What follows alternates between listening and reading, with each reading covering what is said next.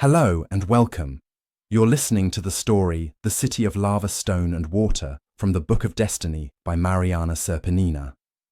Let's begin. In the depths of the earth, hidden from the gaze of the living world, lies a city carved from black lava stone.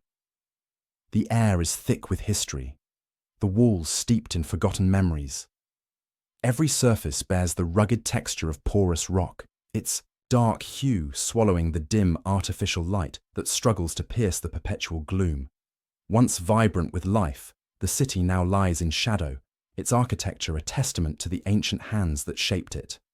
The stone whispers tales of the sea of deep, undulating waves and the creatures who once danced within them. At the heart of this city, a vast pool carved from the very lava stone beckons. Its dark, reflective waters seem to pulse with a life of their own. The bottom, etched with delicate precision, connects to the ocean far below, a vastness concealed beneath the labyrinthine paths of this forgotten place. No outsider could find their way here without knowing the precise route, a secret long swallowed by darkness and time. Long ago, it was the mermaids who crafted this city as a sanctuary. Their hands, skilled and patient, shaped it with unmatched reverence for the ocean's depths. But time is cruel. The city was abandoned, left to wither in silence. The mermaids, once a thriving people, were hunted to near extinction by humans. Their sanctuary turned into a tomb. A few survived, retreating into the hidden corners of the world. As centuries passed, the city was forgotten, its story fading into myth. Then came the vampires. Drawn by whispers of an abandoned world, they claimed the city as their own, establishing dominance in the bones of the mermaids' creation. For generations, they thrived in the darkness, ever watchful, ever cold. Now, a mermaid girl seeks to reclaim what was once theirs. Armed with forgotten artifacts, an intricately carved seashell, and a knife adorned with precious stones, she ascends the stairs leading from the pool into the heart of the city. Her long hair trails behind her like an underwater current, still wet from the depths she has traversed. Her tattered skirt clings to her legs, a testament to the journey she has endured. The stone steps beneath her feet are rough and unyielding, mirroring the trials ahead. Like all her kind, she has learned to walk the land as easily as she moves through water, an adaptation born of survival. Behind her, a vampire watches, his sneer sharp as a blade. He's seen her return, again and again, undeterred by his threats or attacks. "Why don't you die?" he hisses, drifting toward her like a shadow. Before she can answer, he strikes. His cold hands wrap around her neck, dragging her beneath the surface of the pool. The seashell and knife slip from her grasp, sinking into the murky depths. A dolphin-like cry escapes her lips, a sound too soft to carry, her plea for help muffled by the water. But she is not alone. From the depths, others arrive. Mermaids, their sleek forms slicing through the water like silver streaks. With practiced grace, they pull the vampire away, granting her the precious seconds needed to retrieve the artifacts. She surfaces, gasping, and places the seashell and knife into an opening at the base of a grand statue of Neptune. A pulse of light erupts from the stone, a flood of illumination that bathes the city for the first time in centuries.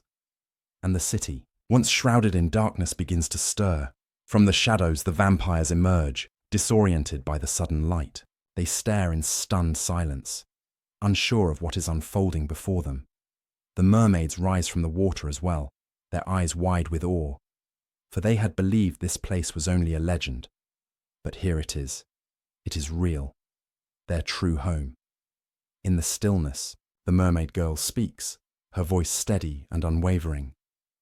"This is our city, this is our land. Leave by midday tomorrow, or we will have war." Without another word, she and her people slip back beneath the surface, their retreat a silent promise of what is to come. The next day, the mermaids return armed, resolute, their eyes burning with the fire of reclamation. The vampire leader steps forward, his gaze cold and calculating, the weight of centuries etched into his face. I offer you 10%, he says, voice flat, unreadable. In exchange for peace. The mermaid girl does not flinch. 50, she replies. It is not a negotiation. It is a declaration. A line drawn in salt and blood, she repeats, unwavering. 50%, or we will fight for all of it. A heavy silence follows. Pride clashes with survival in the eyes of both sides. The vampires bristle. The mermaids stand tall. Tension coils, in the air like a gathering storm. Then, the mermaids ask for a private council. In the quiet shadows of their meeting space, one speaks the fear aloud. We cannot share the city. It is ours. We must take it all. The mermaid girl, her heart burdened by the weight of leadership, nods. Then we will fight. Her voice is soft but final. She steps out into the open once more, and then it happens. A sharp object, hurled with deadly precision, pierces her chest. She collapses. Darkness swallows her, but death does not last. The war has begun. Panic erupts. Screams, bodies scattering. One male mermaid, hands trembling, retrieves the bloody knife. Whispering ancient words, he channels forgotten magic. The air hums. Power stirs. With a gasp, the mermaid girl returns to life. All around her, battle rages. She rises. Without hesitation, determined, changed, she charges toward the vampire leader, who has begun to flee with his family. At the pier, his wife and child board a small boat, vanishing into the mist. He remains, defiant. I'm not afraid of you, he spits. You don't even know how to hurt me. With one fluid motion, she swings her sword. His head falls, his body crumples, but victory is hollow. White threads of power unravel from his corpse, vanishing into the dark. She watches in horror as the magic disperses, absorbed by other vampires. Nothing has truly changed. From a distance, the leader's son watches, small in stature, surrounded by a faint glowing aura woven with white power threads, power already reshaping him. His hands clutch a gun, trembling with rage. His eyes lock with hers. Child of shadow and fury, and he pulls the trigger. The shot cuts through the air. The mermaid girl drops again, as lifeless as a stone. Silence descends. For a moment, time holds its breath. Then, a whisper breaks the stillness with a voice, soft but chilling. Stay where death left you. The vampire boy's words hang in the air, sharp and heavy. His mother weeps beside him, her sobs folding into the quiet horror of what has just occurred. He holds the gun with both hands, the weight of everything settling into his bones. And so, the city endures. A place of ceaseless struggle, where power shifts not with death, but with the tides unseen, relentless, guided by fate.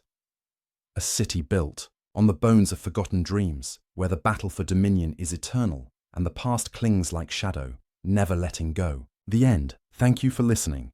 Stay tuned for more stories from the Book of Destiny.